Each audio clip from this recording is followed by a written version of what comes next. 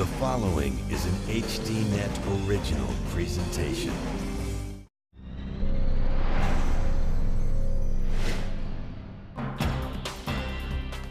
Tonight, meet the man who started it all, the father of outsourcing in India.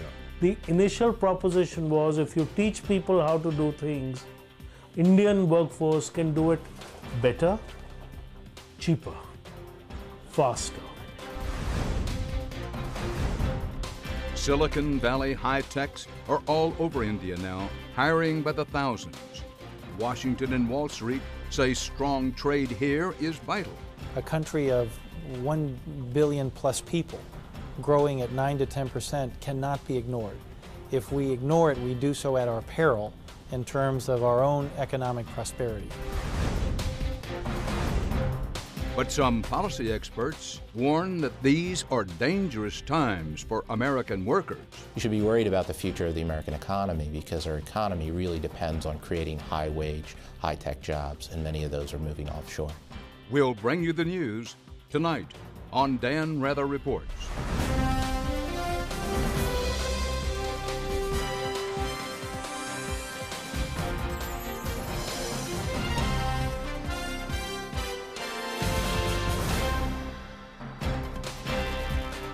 Good evening. Unemployment has become this nation's biggest paradox. The numbers say the economy's back in the black and corporate profits are at an all-time high. But millions of Americans are still out of work, and many of the good-paying jobs that built and sustained this country's middle class for decades are moving to faraway places, especially India. According to many in Washington and Wall Street, outsourcing is part of keeping American companies lean and competitive. There will be costs, they say, especially for displaced workers, but in the end, they say, India's success will be America's success. It's what they call a win-win for everyone. Others warn that we need to start thinking about just what it is we're trying to win. Because even though corporations are thriving in the global fight for jobs, America is losing big. And tonight you'll see ample evidence why all those jobs lost to outsourcing are not coming back.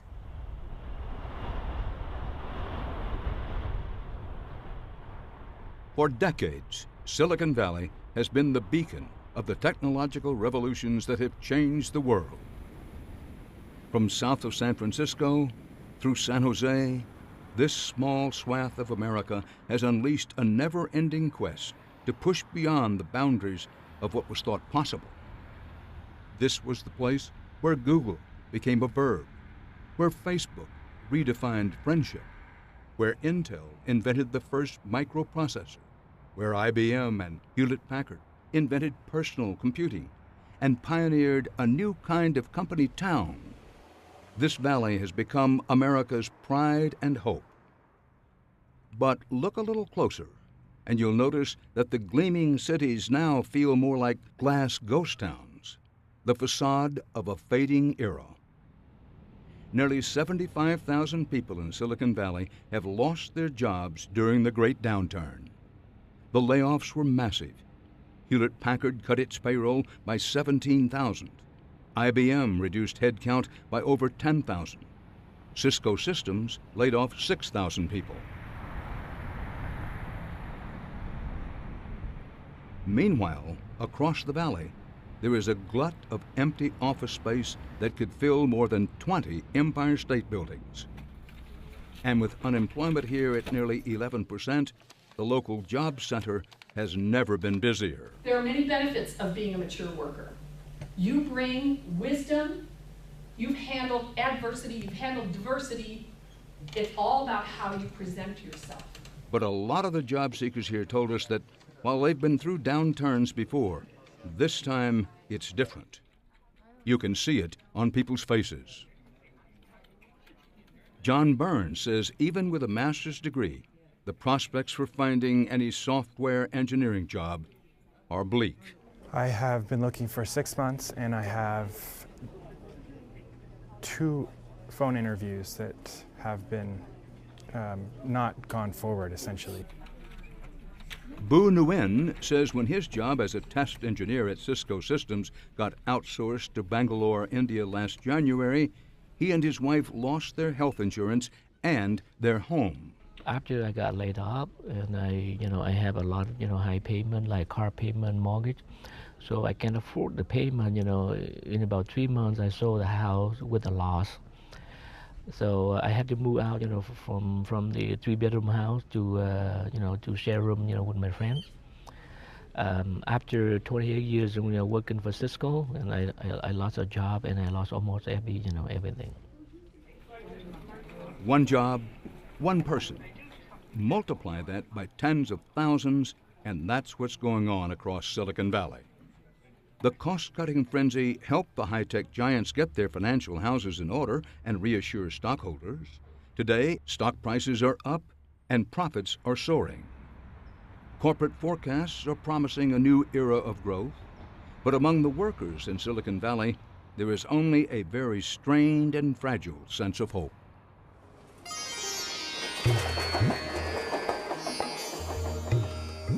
Today, it is thousands of miles from home, here in India, where American companies are staking their hopes.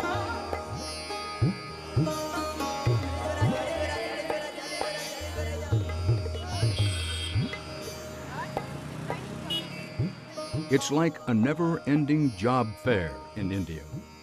Many companies rolling out big layoffs in the U.S. are doing business here, and they're hiring on a scale that would knock the wind out of job counselors in Silicon Valley. India's high-tech outsourcing industry hired 850,000 people last year alone.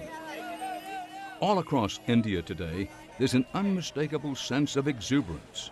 The streets are filled with new enterprise, and people are bristling with new confidence and new jobs. Those new hires are not just staffing call centers. From software consulting to financial modeling, drug trials to electric engineering, India's giant pool of high-skilled labor is rapidly becoming the economic engine for American companies. And what makes that help so enticing is the cost. In India, the starting salary for a typical IT worker is less than $9,000 a year. For the first time, India has a real middle class that by some estimates is already bigger than the entire U.S. population. That middle class is going to shopping malls, out to restaurants, away on vacations. All of you are going to lead a very large team.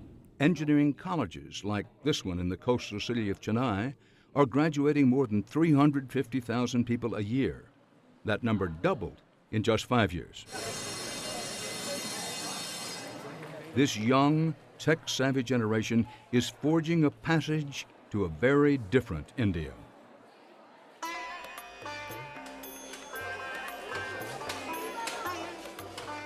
It is still a place where more than 600 million people live on less than $2 a day. But take another look inside the shanty towns and the defiant eyes, and you'll see people with new hope, the hope of a country on the rise. So how is it that the U.S. is getting a run for its money from a place that not so long ago was regarded as a desperate backwater? If there's one person who single-handedly changed the conventional wisdom about India, it's Raman Roy. 21, 22 years ago, nobody did international work out of India. Based in an industrial hub on the outskirts of New Delhi, Raman Roy is the man hailed as the father of India's outsourcing industry.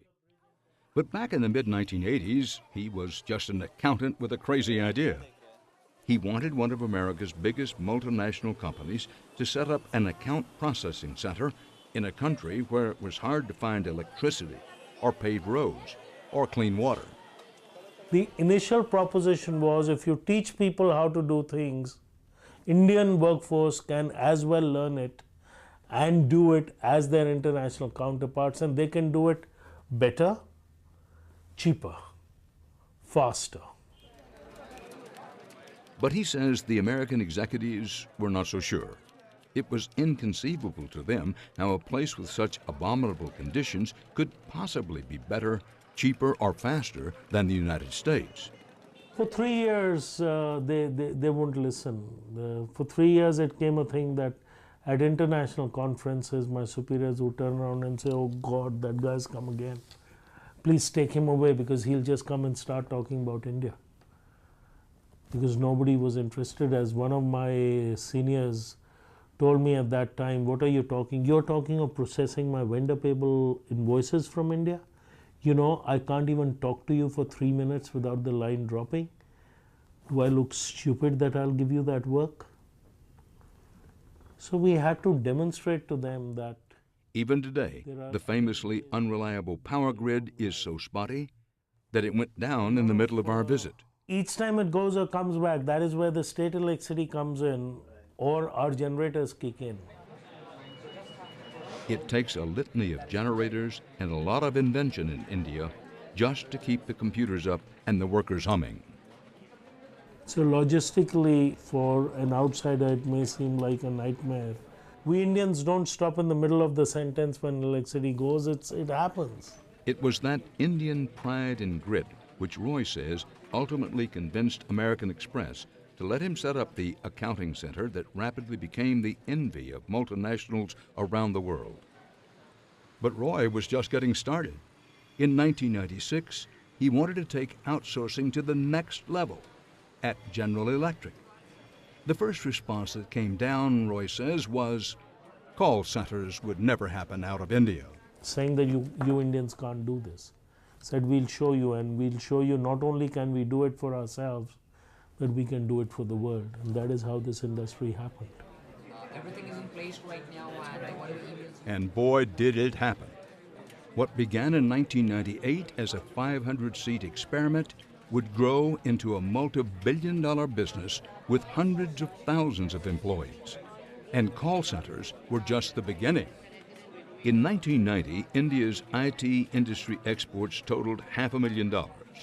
By 2000, that number had increased to nearly $6 billion. Today, India's IT exports is a $50 billion a year business. And nowhere are those fruits more manifest than here in the city of Bangalore. Under British rule, it was the capital of southern India. Now, rising above the cacophony of cars and motorbikes and listless cows, there are more and more plate glass towers. Today, Bangalore is called the Silicon Valley of India, and business is booming. In the past year, Dell Computers has doubled its headcount in India. Accenture Consulting, which had only a handful of employees here back in 2003, today has more than 50,000. American computer giant Hewlett-Packard is also estimated to have nearly 50,000 employees here. IBM, Big Blue, no longer discloses headcount by countries, but industry analysts estimate the company now employs more than 100,000 workers in India, more than in the U.S. Many U.S. companies, we found, were tight-lipped, secretive about their operations. Over and over, our interview requests were declined, and our camera crews turned away. The exception was Cisco Systems. The Silicon Valley-based company is the world's leading supplier of networks and routers. Half of all global internet traffic flows through the digital systems produced by Cisco. Showing us around Cisco's Globalization Center was Chief Innovation Officer V.C. Gopal Ratnam. The campus was opened about 3 years ago, and it started out with this building behind us, but now we have about 4 buildings here. Just 4 years ago, Cisco had only a couple of hundred people in India. Today, they have more than 6,000, and the company says there are thousands more on the way.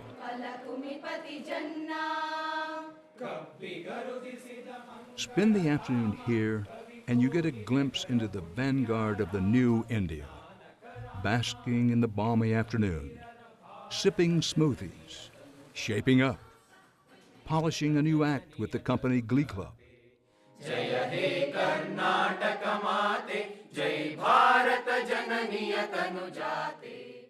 Cisco Systems says India has become a critical part of keeping its Silicon Valley operation competitive. The time difference between the two locations is 12 hours, right? What really this allows you to do as a company, right, is to convert a 12-hour working day into a 24-hour working day. So essentially you double the throughput, and therefore you make faster decisions, your time to market is reduced, and you can actually respond to your customers better. Cisco, which prides itself on being one of the few big high-tech players that still has the majority of its workforce in the U.S., is now doing nearly half its core research and development in India. That would have been unthinkable even 10 years ago.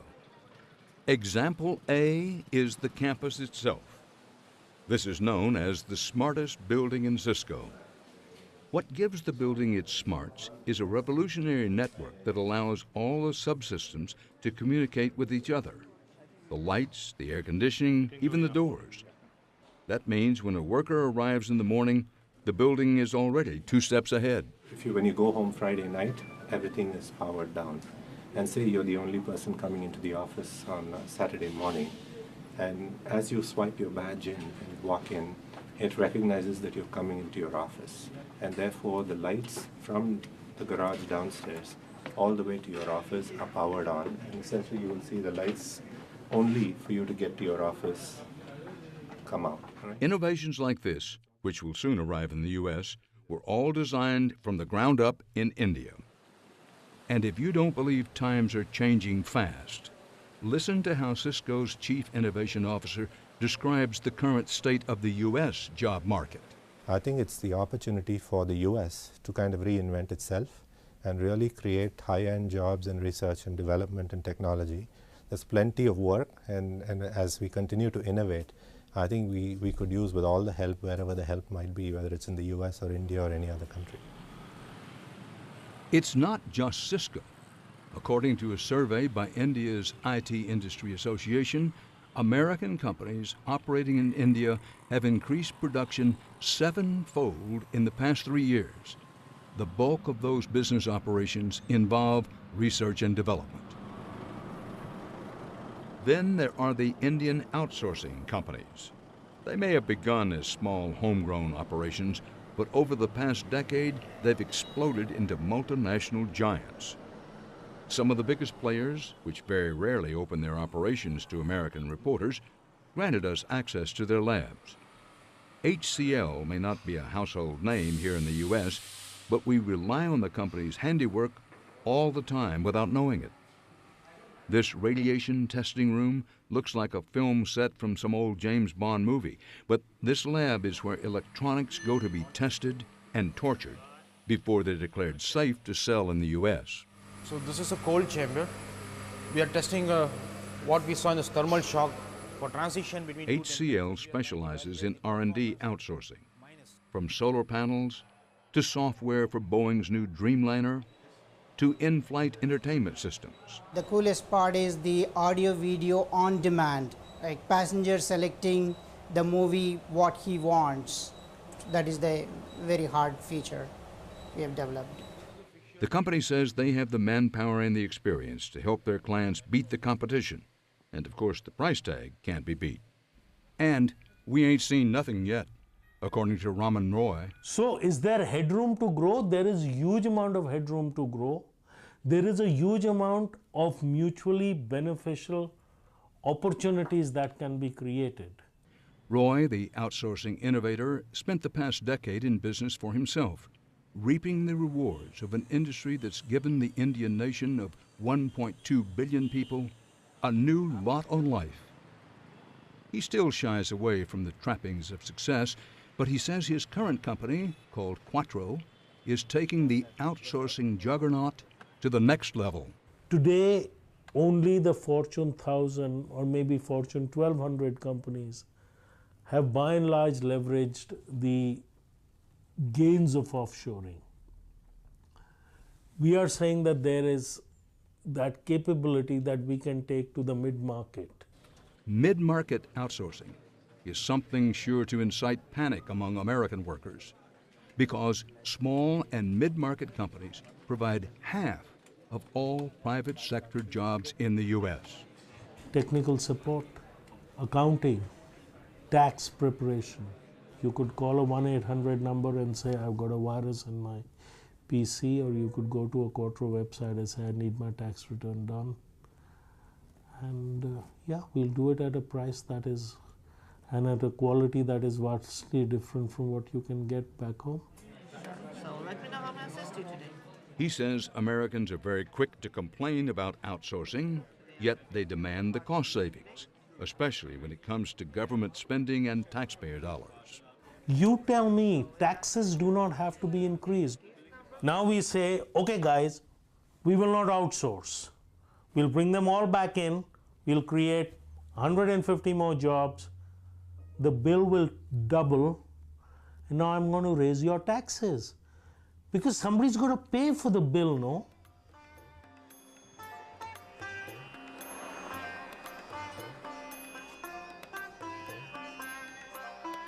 India rising. Now, when we return, the politics of outsourcing. Don't believe everything you see. Scott Murphy says he has experience creating jobs, and he does, in India. That's next.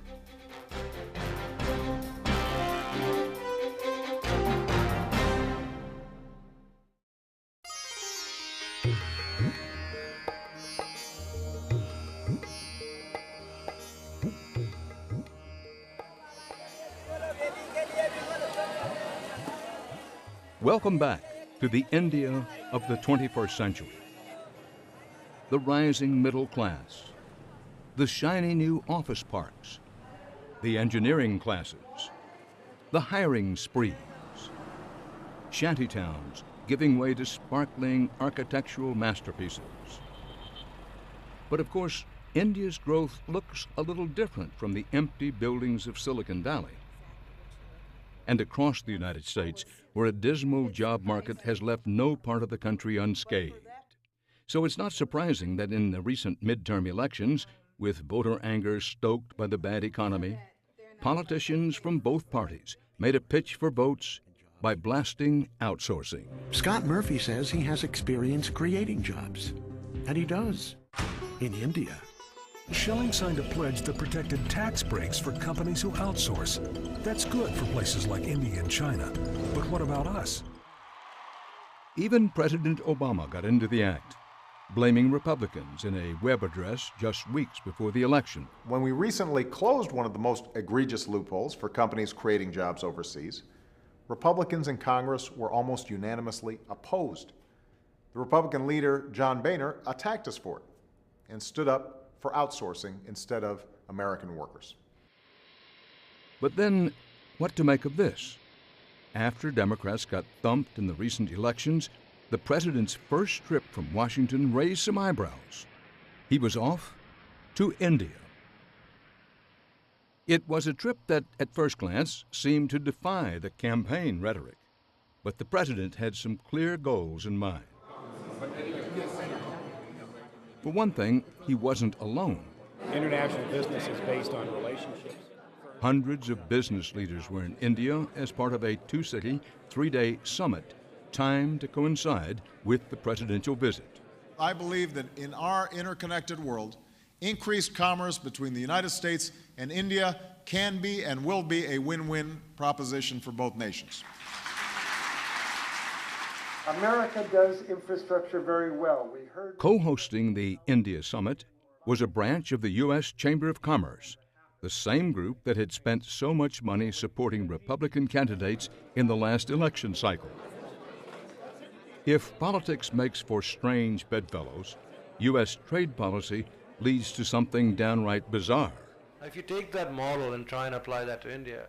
For decades, members of both parties, with the backing of big business, have advocated for open trade as an engine for economic growth. Here's the idea. If the government helps U.S. companies gain access to overseas markets, those companies will increase sales and hire more American workers. That's the theory. Of course, trade negotiations are just that. And in the process, some American jobs will move to low-wage countries. But that's a price worth paying, according to the majority of lawmakers and economists, because trade deals, they say, reduce prices for American consumers, and eventually create new jobs for American workers. The idea that India's buying American goods will lead to more American manufacturing and more American jobs had the president sounding a different tune in India about outsourcing than anything heard during the campaign. There are many Americans whose only experience with trade and globalization has been a shuttered factory or a job that was shipped overseas. And there still exists a caricature of India as a land of call centers and back offices that cost American jobs. That's a real perception. But these old stereotypes, these old concerns, ignore today's reality. President Obama's earlier anti-outsourcing rhetoric had gotten a lot of negative press in India, and many in the crowd were prepared to give him a chilly reception. But there was little in his speech that the India crowd couldn't cheer. Trade between our countries is not just a one-way street of American jobs and companies moving to India.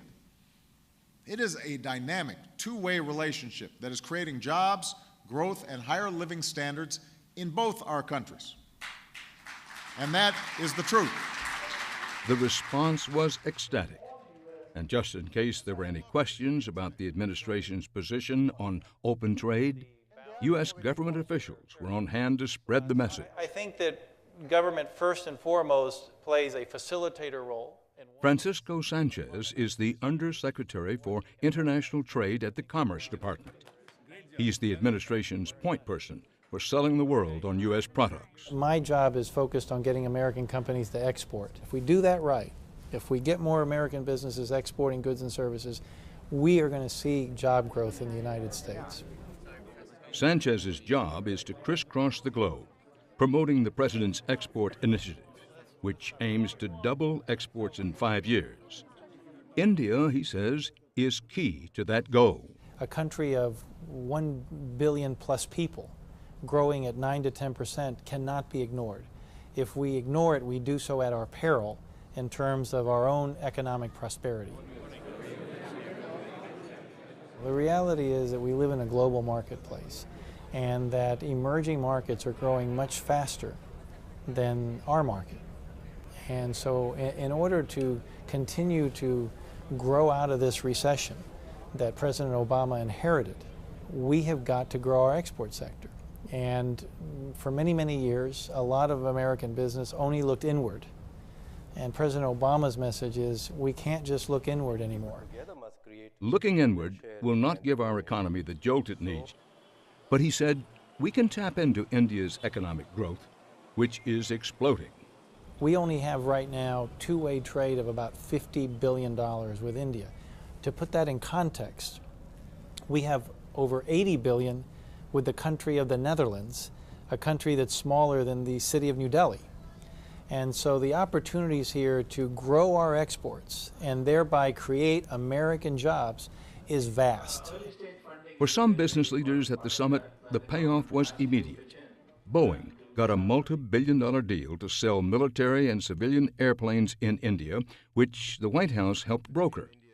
The administration also helped along a deal for General Electric to sell India jet engines and turbines. We have 5,000 engineers and scientists based in Bangalore doing a lot of research on global projects, but also specifically for India, increasingly for India. These deals were good news not just for American companies, but also for American workers, President Obama said. Moments before I arrived here, several landmark deals were sealed between the United States and India. Boeing, one of America's largest companies, is on track to sell India dozens of commercial and cargo aircraft.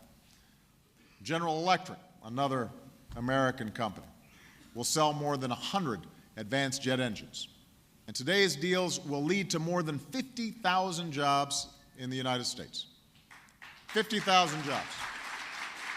The conference was full of talk about trade deals, growing markets, and U.S.-India cooperation.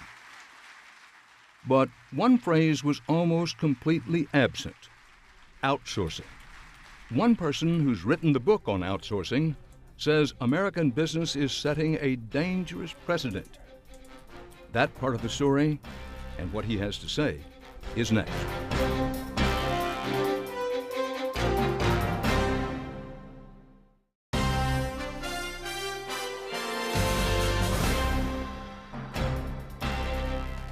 When it comes to outsourcing, politicians love to talk the talk, especially during campaign season. But when it comes to actual policy making, nobody in Washington does much walking. There have been few pushes to stop outsourcing from either party, and there are several laws on the books that actually encourage it. For example, consider the H-1B visa, or what many call the outsourcing visa. Every year, it allows U.S. companies to import tens of thousands of foreign guest workers. Those workers are often trained and then used to help move American jobs and our technological know-how overseas. And then there is this. Under current law, U.S. companies do not have to pay taxes on foreign earned profits, which means they save many millions of dollars by sending operations and jobs to places like India.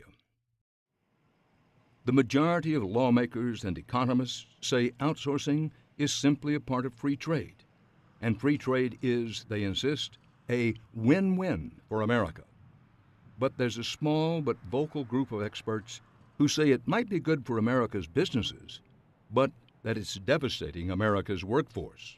Why should the U.S. have a system where we have government policy that allows companies to undercut American workers? Makes no sense.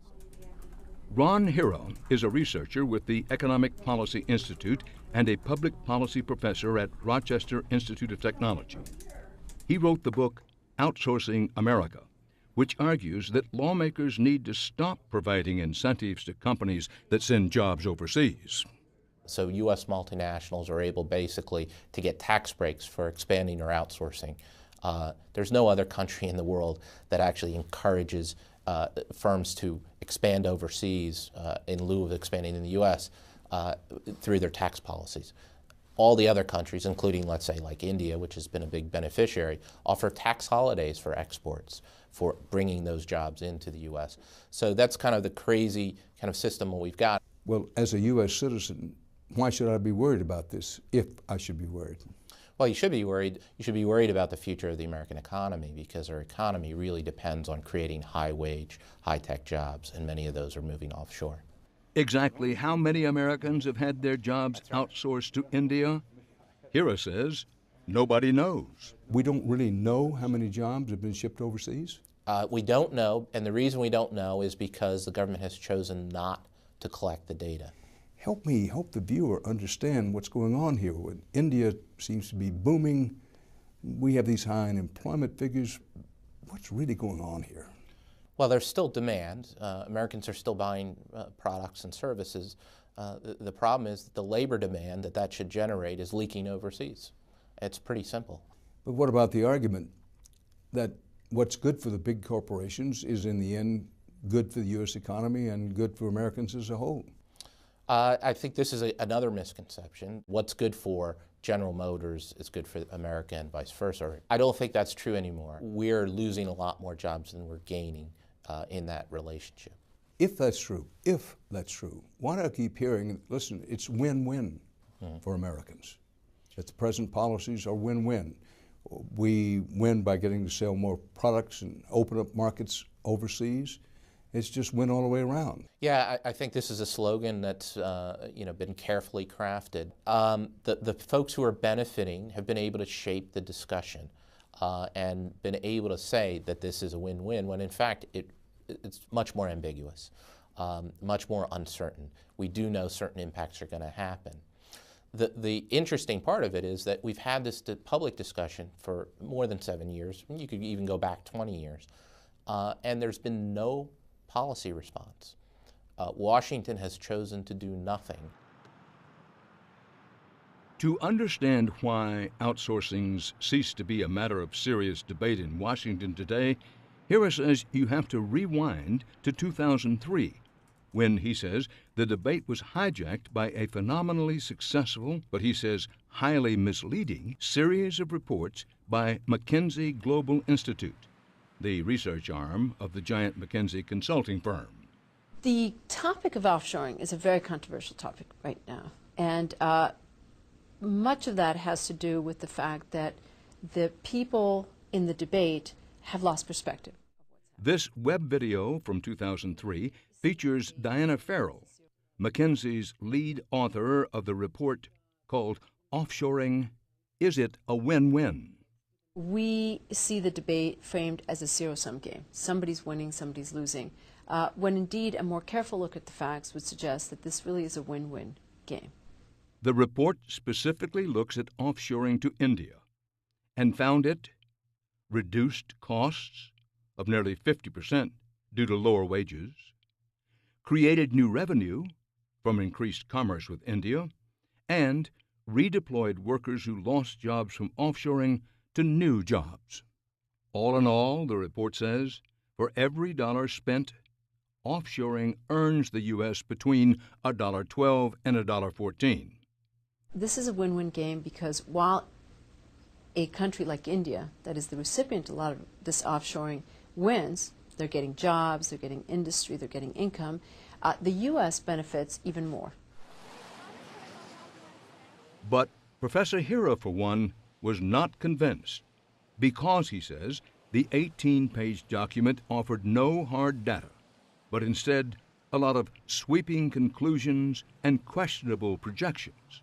How has this research influenced the public debate about outsourcing? Well, it's influenced it quite a bit. Diana Farrell, when she did the report, she actually did the rounds with all of the economic journalists. Steve Pearlstein from the Washington Post did an article.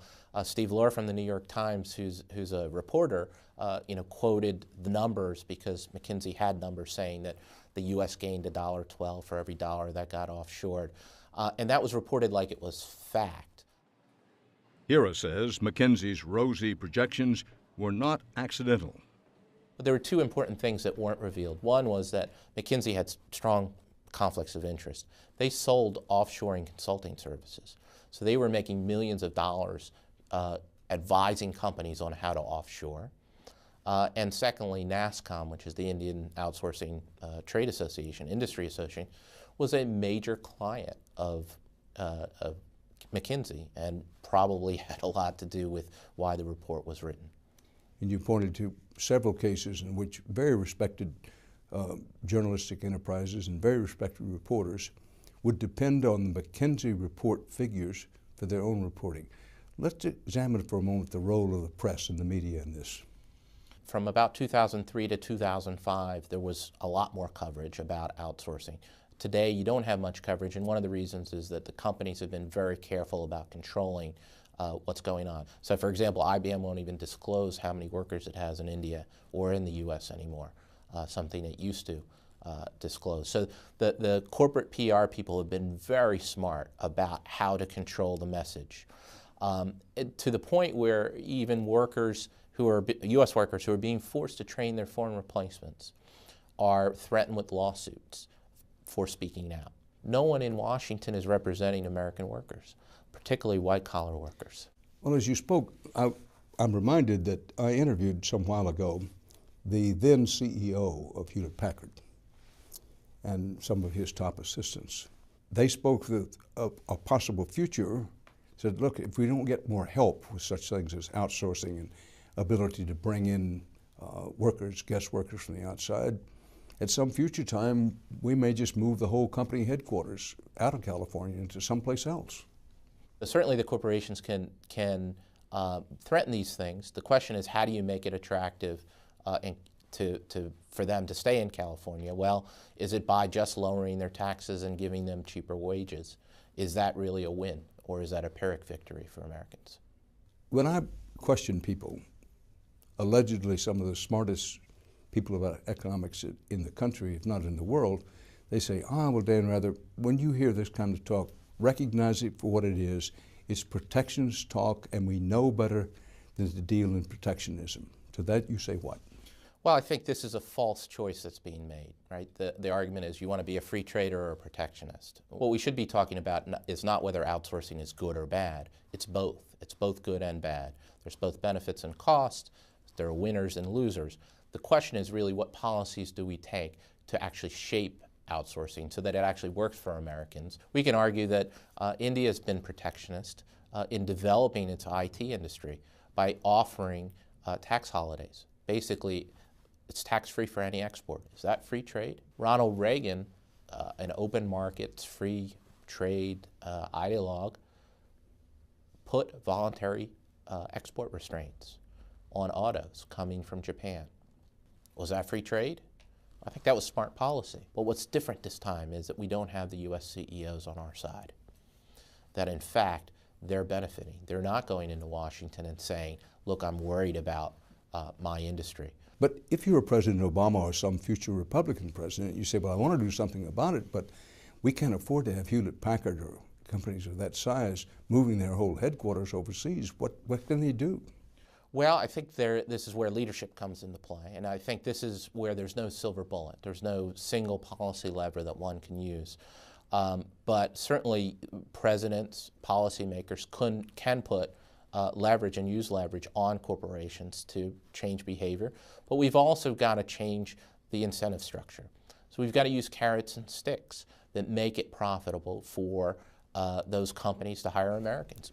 To those in India who represent the government of India or Indian corporations say, Dan Rather, you picked the one professor, and you probably picked him because he is an American of Indian descent, that this is India bashing. India's done well, they've worked hard, they've had good policies, done well, and here you are putting a guy on television who's bashing India. Mm-hmm. What am I to say to those folks? Oh, I'm an admirer of what India's done. I think they've been brilliant, and I'm very happy. I mean, I still have a lot of relatives, a lot of cousins, uncles, and aunts, many of whom are benefiting from this outsourcing, boom, and it really has catalyzed the economy in a big way there. I'm not bashing India. I think they're working in their interests of their country and their companies and their workers. I'd like America to start acting that way. But Hira says he is still skeptical. It's been 7 years since McKinsey's Win-Win report, and up until last month, the lead author, Diana Farrell, served as the deputy director of the National Economic Council, a critical advisor on the Obama administration's economic policy. And today, Hira says, the win-win proposition is cited as if it were an inevitable law of economics. This is really a great win-win opportunity. It is a win-win. And win-win for both countries. Increased commerce between the United States and India can be and will be a win-win proposition for both nations.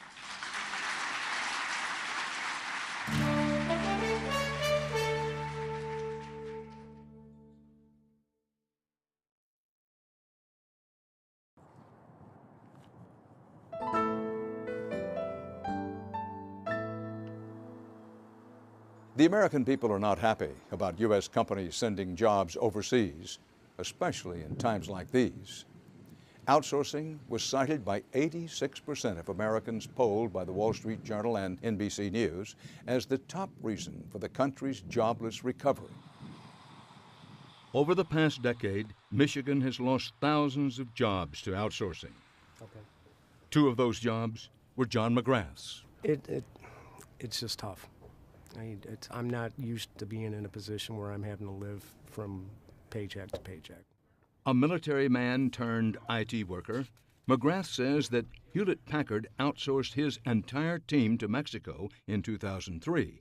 When he returned as a contractor for a second stint, he says he was assigned to a project for General Motors, and that project was actually helping GM outsource IT staff from its assembly plants. They were targeting 200, possibly 300 layoffs, and that was accomplished at the end of the project. That also meant McGrath was out of work once again. I was laid off for over a year and a half before I finally landed a job here. The company where McGrath landed looks pretty much like any small tech startup. They build and manage business software and applications. The workers speak code. The walls could stand some art, but systems in motion is by no means typical. Its founders were once executives in the outsourcing business with long careers of shipping American jobs overseas. But then they had a revolutionary idea. What if you could outcompete India from right here in Michigan? Systems in Motion's Chief Marketing Officer is Debashish Sinha. If the choice now is between sending a job to Michigan versus sending a job to Bangalore, and you see that at the end of it, you basically save as much money, then wouldn't you rather be in Michigan than Bangalore? Sinha started off in the outsourcing industry in his native India. He came to the United States in 1997, fell in love with the country, and decided to settle here permanently. He's now a U.S. citizen who believes that sending jobs overseas has gone too far. This whole concept of anybody can work from anywhere, all you need is an internet connection, I think is absolutely wrong. Colin Chapman is the general manager for Systems in Motion in Michigan. After handling offshore teams at Accenture Consulting and a big auto supplier, Chapman says he saw firsthand that offshoring was no cure-all. This whole offshore playbook that has been developed was created and developed with a very specific type of work in mind, and it's a type of work that actually does lend itself to being able to be done across the ocean fairly well. And so all the work that was fairly easy to move offshore has now been moved offshore.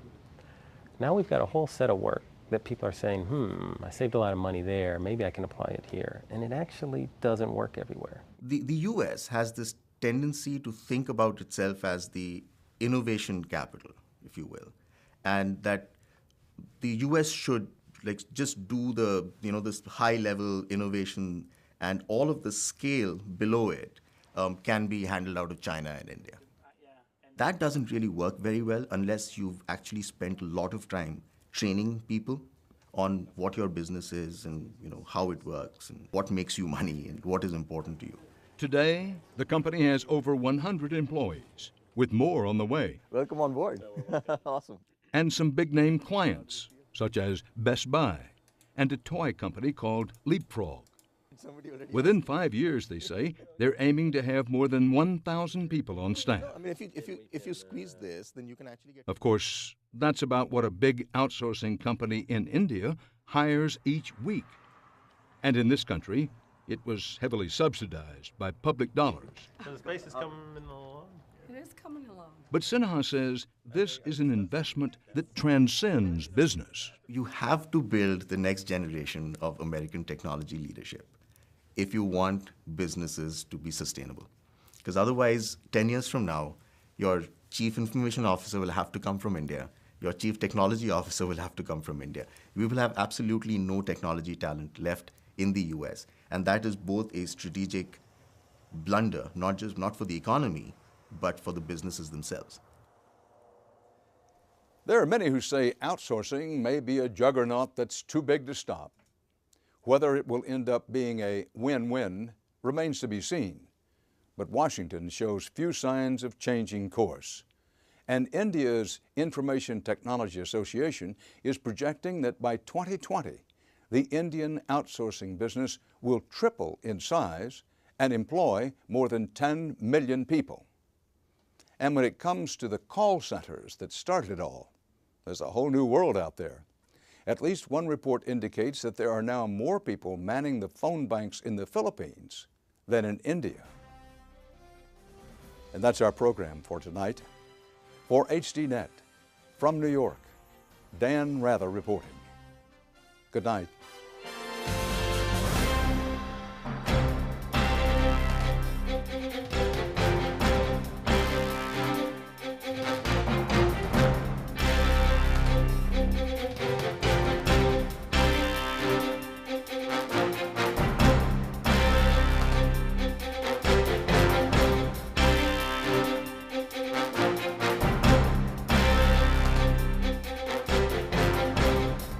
If you would like to add your name to an email list for information on upcoming programs, or if you would just like to send a question or comment, please email us at viewer@hd.net.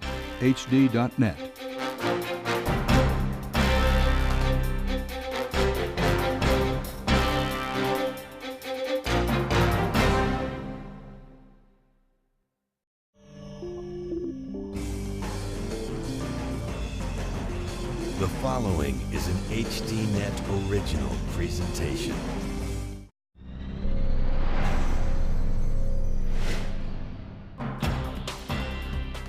Tonight, meet the man who started it all, the father of outsourcing in India.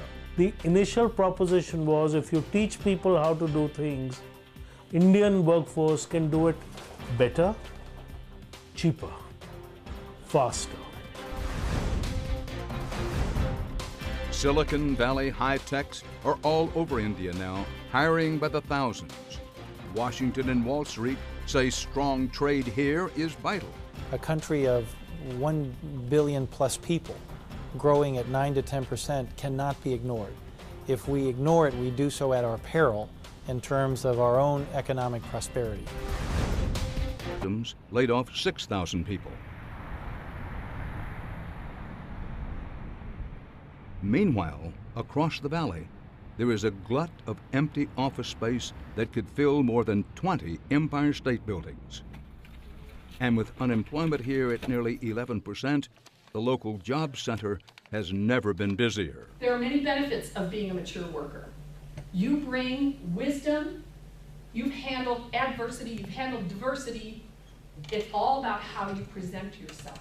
But a lot of the job seekers here told us that while they've been through downturns before, this time it's different. You can see it on people's faces. John Burns says even with a master's degree, the prospects for finding any software engineering job are bleak. I have been looking for 6 months and I have 2 phone interviews. According to many in Washington and Wall Street, outsourcing is part of keeping American companies lean and competitive. There will be costs, they say, especially for displaced workers, but in the end, they say, India's success will be America's success. It's what they call a win-win for everyone. Others warn that we need to start thinking about just what it is we're trying to win. Because even though corporations are thriving in the global fight for jobs, America is losing big. And tonight you'll see ample evidence why all those jobs lost to outsourcing are not coming back.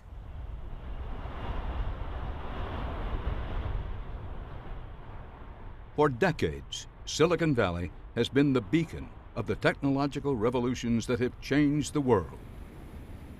From south of San Francisco through San Jose, this small swath of America has unleashed a never-ending quest to push beyond the boundaries of what was thought possible.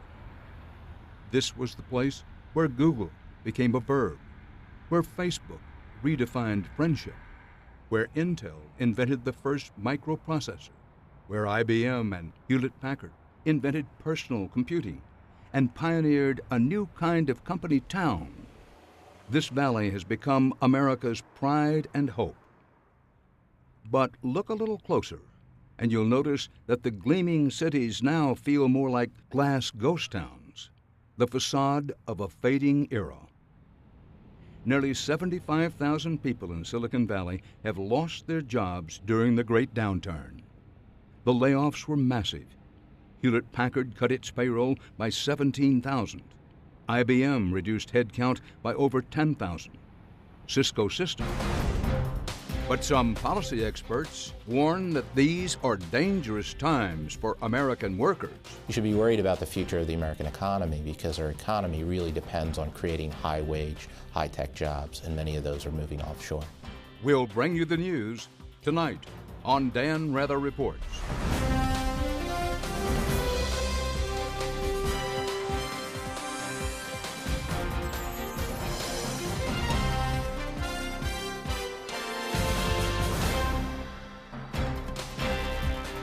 Good evening.